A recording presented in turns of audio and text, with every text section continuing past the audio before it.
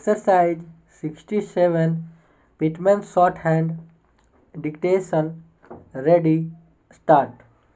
Dear Sir, I am surprised to hear of Mr. Hugh Hammer's opposition to the highly reasonable views taken by Professor Hawkins on the syllabus in history. Professor Hawkins, I believe, does his best in all circumstances to help his pupils and to adhere to the scheme of history lessons which deals with the extension of commerce and with all forms of man's activity.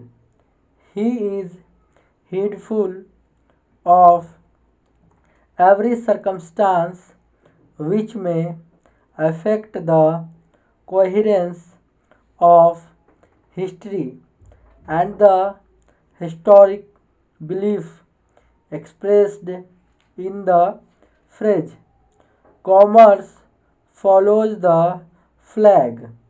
There can be no misapprehension of his meaning and none but a blockhead would be likely to misapprehend him.